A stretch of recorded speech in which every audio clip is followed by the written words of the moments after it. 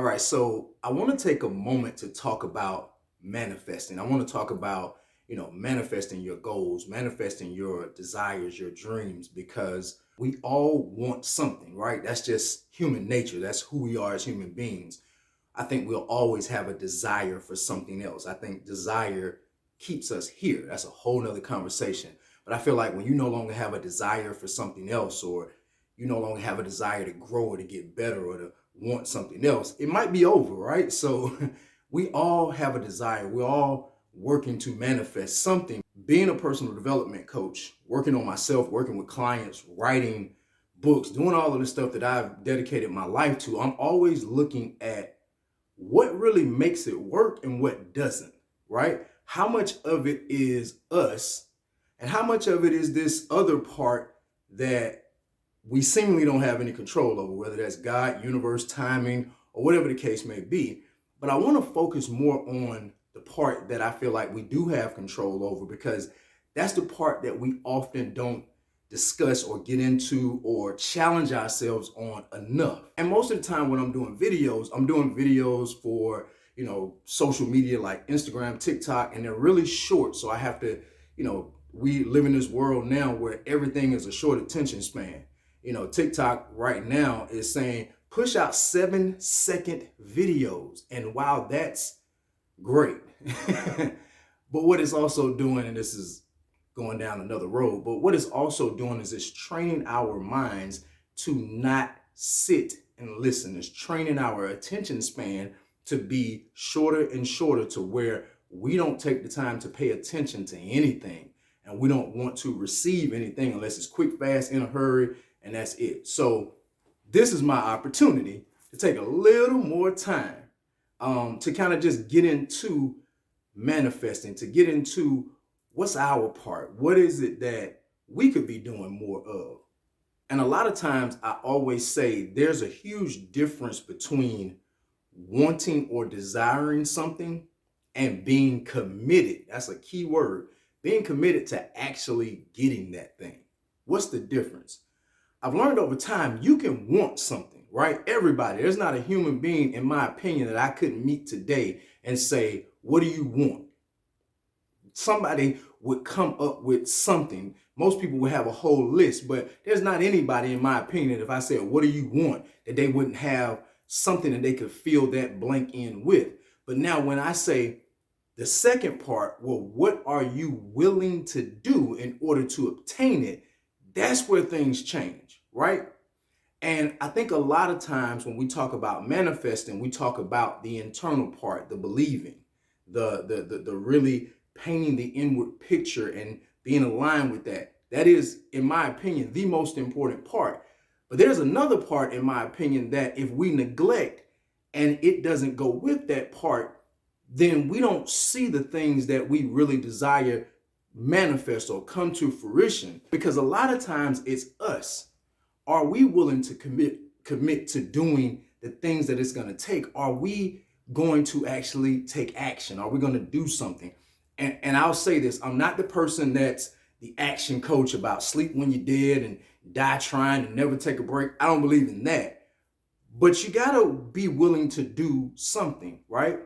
I always say you can take any subject matter, whether it's building a business, whether it's working out, whether it's a relationship, whatever the thing is. The question you have to start asking yourself is, and I say it all the time, am I participating in my own rescue? Am I corresponding? I love that word. Am I corresponding with what I say that I want? Or am I contradicting what I say that I want? Because if we're really honest with ourselves, a lot of times we'll say that we desire something, we're believing for it, but the things that we do every day are the direct opposite. How we correspond doesn't match what you say you want. And we can just play with some examples. Let's say working out, right? Something that I'm sure we all have done before, and we all have these images of these great bodies. But one day I asked myself, why is it that I work out? Oh my God, I almost fell out of the chair. I might edit that out. I asked myself, I go to the gym, I work out. Why don't I look like these guys that's on the cover of these magazines, why I don't look like that? I be at the gym too. And I started to understand is because the level of commitment, the way they correspond and the way I correspond with that goal is totally different. And you can see it in the results because the way they correspond with it, they made it a lifestyle, right? You know, they're in the gym more times a week than I am for longer periods of time. They're packing meals up every single week. They know how many calories they're supposed to eat every day, the micros, the macros, the neutrals, and all of that. I go to the gym and I come home and I eat what I want to eat within reason. But there's a difference there. They're going to get more favorable results because of their level of commitment, because of their level of corresponding action.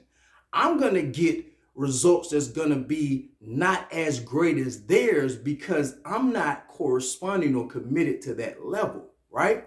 And it's not just the gym. You can talk about relationships. I did a post on social media the other week and I asked in one word, what do you want the most in your life right now? And it got hundreds and hundreds and hundreds of responses.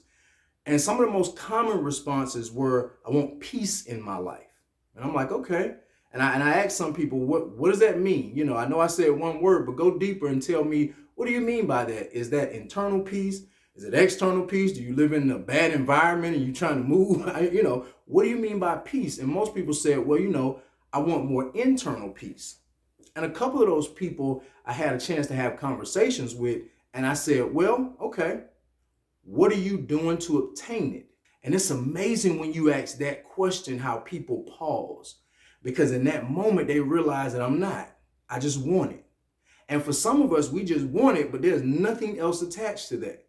And that's not everybody. Of course, some people say, well, you know, I try to meditate. And see, when I hear that and I hear I try to meditate, what I hear is that you kind of sort of do it. You probably meditated a week ago or 2 weeks ago, and then you ain't meditated in 3 weeks. And I'm not saying that to poke fun. I'm not saying that to judge because God knows I've done it just like that. But what I'm saying is if you really want the peace that you say you seek, then at some point you're going to have to be committed to whatever that plan is, whether it's meditation, whether it's learning to say no, whether it's taking time for yourself. You're going to have to be committed to that plan a little bit higher of a commitment than you are right now, because right now you're not getting the results that you want, probably because the corresponding action, it doesn't match what it is that you say you want. And that's the huge difference. When your corresponding action doesn't match that, when you see other people and they've learned to remain calm and peaceful in the midst of chaotic situations, it's not that they're better than you. It's not that they've learned anything necessarily more than you. It's that their commitment level is higher. You know, a lot of times when I see extremely, extremely successful people, especially in business, and I have over the years, I've had time to talk to them and spend time with them. And I understand, oh, their commitment level to what they do is higher than mine. And again, that doesn't mean sleep when you're dead and don't take breaks and don't have a life. No, but that just means that you're doing it more consistently and to the level that is producing more results than somebody that's just doing it a little bit. So when we talk about manifesting or manifestation, I always say you have to believe, right? Whatever that thing is, you have to believe. You have to speak in line with it. The speaking is not creating. The speaking is attuning. That's another part that we get wrong a lot of times. People say, well, just speak it into existence. If that were true, everything you've said would be in existence, right? Think about it. People say speak it into existence. So if that were true, and that means right now in the middle of me talking to you, I can stop and say, I have $30 million in my bank account. And when I get off of here, if all it takes is for me to speak it into existence, when I get off of here, I should be able to check my account and there should be $30 million in there. How many of you guys have ever spoke something into existence just like that? If you haven't, then you have to ask yourself, well, what's wrong with that statement? And a lot of people get mad with me when I say, no, it's true, you speak it into existence. I'm not telling you not to speak, but I'm just saying if speaking alone was creating, So there's a lot more that goes along with that from the internal perspective. A lot of times we speak things that we don't mean, right? Because when I just said there's $30 million in my bank account, everything inside of me said, right? And the crazy part about that is that the universe doesn't hear what you say, it hears what you mean. So what I really meant was, how would $30 million be in my bank account? I just checked it yesterday and it wasn't $30 million just yet, right? So the universe heard what I meant, not necessarily what I said. Well, RJ, then what's the point of me speaking? The more I speak, the more I say a thing, the more I tune and train myself and say that thing, it starts to attune that voice within, so that at the point that when I say that there's $30 million in my bank account, and I've been saying it enough to where that voice within says, yes, it is. The moment that voice within says, yes, it is, and it aligns with the outward voice of you speaking, I believe at that point, that's the manifestation, right? But then what else we're talking about, the other side of that is there's also a corresponding action. You want $30 million in your bank account. Okay, what avenue have you set up or are you providing for that $30 million to flow to you? Have you started a business? Are you investing in certain things? Well, I ain't got no money to invest right now. I didn't say you got to invest tens of thousands of dollars, but are you investing in anything? Are you saving a percentage of the money that you make and take that and invest it in something? What are you doing to correspond with that? Because if you're not doing anything to correspond with that, in my opinion, I'm not saying it can't happen, but in my opinion, what I've seen is that that's sometimes part of the huge hindrance in manifestation. There's no inspired, corresponding, committed, consistent action that's being taken on our part, right? And because of that, we start to make up reasons or excuses for why it's not happening. Oh, it's just not my time. Says who, right? Oh, it's because I'm not ready for it yet. Says who? So you're saying everybody in the world who has the desires that they wanted, they've been ready for it? Okay. And again, this is just my thoughts. But that can't be true all across the board. Or it only came in this miraculous, mysterious, perfect timing that nobody else knows about. Like, maybe there's some truth to timing, and I do believe that there's preparation, but I think that this part of you corresponding to a level has the potential and it overrides that. A lot of times we say those things because we haven't been doing the things that we need to do in order to activate the things that we say we believe. One more time. A lot of times we use those excuses because we haven't been doing, corresponding, committedly, consistently, making the moves that correspond with the beliefs that we have. We haven't been doing those things to the level that we need to in order to allow the thing that we say that we believe to come into fruition and exist. And when it doesn't, we come up with reasons instead of just being truthful and say, what did I do today that was benefiting or corresponding toward what I say that I want? Any topic you can put in that, you can find something to correspond. Somebody responded to that post and they said, well, a lot of people, and said they're looking for love. They're looking for a relationship. And that's great. We all need love. We all need relationships and companions. But my question is, so you're believing for that, right? First of all, if you're believing for it, let's just talk about it on the belief side. Then certain things you shouldn't be speaking because that's not tuning your inward belief. So if you're believing for love, then you got to cut out this whole thing. Well, in the city that I live in, it's just hard to find somebody. I can't tell you. I don't even want to say what city I live in. Some of you guys know. But that's the number one thing that I hear people say, well, in this city, it's so hard to date. It's hard for you. Why? Because you keep reinforcing and you keep replanting that seed within you. So now when you say, or when you try to speak something into existence and you say, the love of my life will come into my life, guess what that inward part of you is saying? Because it's hard to find somebody in this, because that's all you've been telling yourself. So you're making attuning and aligning that inward voice and that outward voice even more difficult, right? And that's first and foremost, that's first base. But now when you get that down, what's your corresponding action?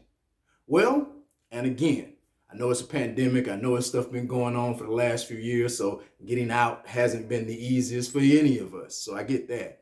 But we can all agree that if you don't go anywhere, if you're not signing up for some kind of service, dating app, something in order to meet people and put yourself out there, then where is the avenue that this is going to flow from? Well, I'm just believing. I'm just believing God gonna send this person. I believe it too. But is there anything that you in this physical, touchable, tangible world should be doing to correspond? If not, then you're going to have to really believe that that person is just going to knock on your front door, right? And only people that knock on your front door unannounced are UPS people, Amazon people delivering packages, a random neighbor. I don't know anybody else that randomly just comes to somebody's house. You know, a stranger car broke down. People don't even do that anymore. And if I was in that situation and a woman knocked on my door, her car broke down, I don't open the door for nobody if I don't know you. So that's not going to happen for me. So you got to ask yourself, where's the avenue? How am I corresponding? Well, I just stay in the house. I don't talk to nobody. I don't meet no new people. I don't associate with people online because I think dating apps, I think that's crazy. I don't do none of that. I just stay in the house under my blanket, on my couch, watching Netflix by myself, but my lover is coming. It could happen. It could happen at the Walmart. It could happen on aisle 6 at Target, or whatever the case may be. I am not saying that. What I am saying is that could you be corresponding a little bit better? So that's just something to think about. Manifesting has layers to it. It starts with making sure you solidify the belief. It starts with, yes, speaking things to attune the voice within that has been programmed more than likely to the opposite of that, right? Because most of us, wherever we come from in the world, whatever it is that we desire, somebody has said to us or programmed within us that that thing is hard. I remember when I first said I wanted to be an entrepreneur, all I had ever heard about entrepreneurship was entrepreneurship is hard. It's so hard. That's what everybody had told me. It's so difficult, right?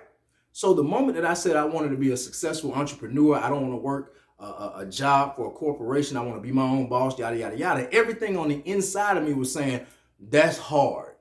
That's going to take everything. It's not, most people don't make it because that's all I had programmed in. So the start of manifesting is to erase and reprogram that. How, RJ? How do you do it? Well, first and foremost, you stop listening to that information. So the moment that I knew I wanted to become an entrepreneur, I stopped listening to people that saying it was hard and it's difficult and it's this and it's that. And I'm not delusional. I'm not trying to make it seem like it's a cakewalk, but listening to that is not going to help me align my belief with the words of I want to be a successful entrepreneur. I don't want to work for a corporation and I want to be my own boss. That's not going to help me. So I stopped listening to that information and I started to speak things. I started to read things about successful entrepreneurship. What am I doing? I'm reprogramming.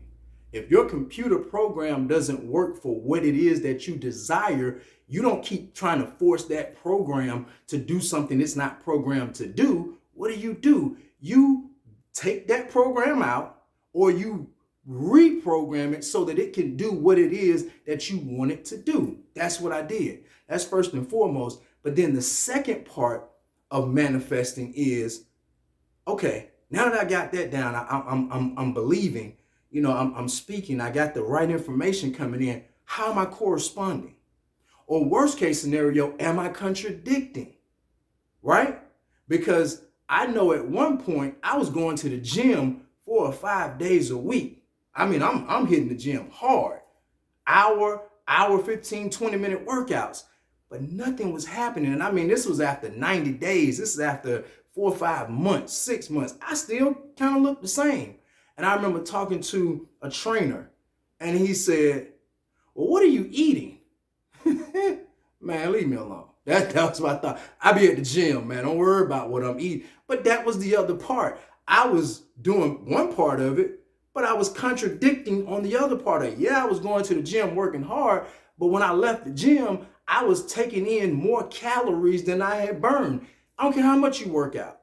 It's math. If you take in more calories than you're burning, then you just really and truly, you just kind of erase the workout. And I learned that I was contradicting my progress. And it wasn't until I understood that I said, okay, I got to find out how many calories according to how much I weigh and the goals that I want to be at, how many calories I'm supposed to be eating per day. And I got to count these calories, and I got to be strategic about what I eat and what I put in my body, because if I don't correspond with that, then no matter how much I say I want to look like the people on the cover of Men's Magazine, I am going to contradict, hinder, and hold that back by what I am not doing. All right. Hopefully you guys got something out of this. Leave comments below. Find me on all social media sites at RJ Hodges Speaks. Feel free to leave comments below. Hit the subscribe button. Click the little notification thing so that when I create videos, you guys can get them. And I'm going to be sharing more of this. Also, I would love, on the topics of personal development, manifestation, self-help, mental health tips, simple ways to meditate. What are you guys dealing with? Because I would love to cover those topics too. I also have 2 courses that are online that I'll put the descriptions in below. One about discovering inner peace and protecting and replenish your energy, and one on how to win against worrying and negative thoughts. All right, you guys, have a good one.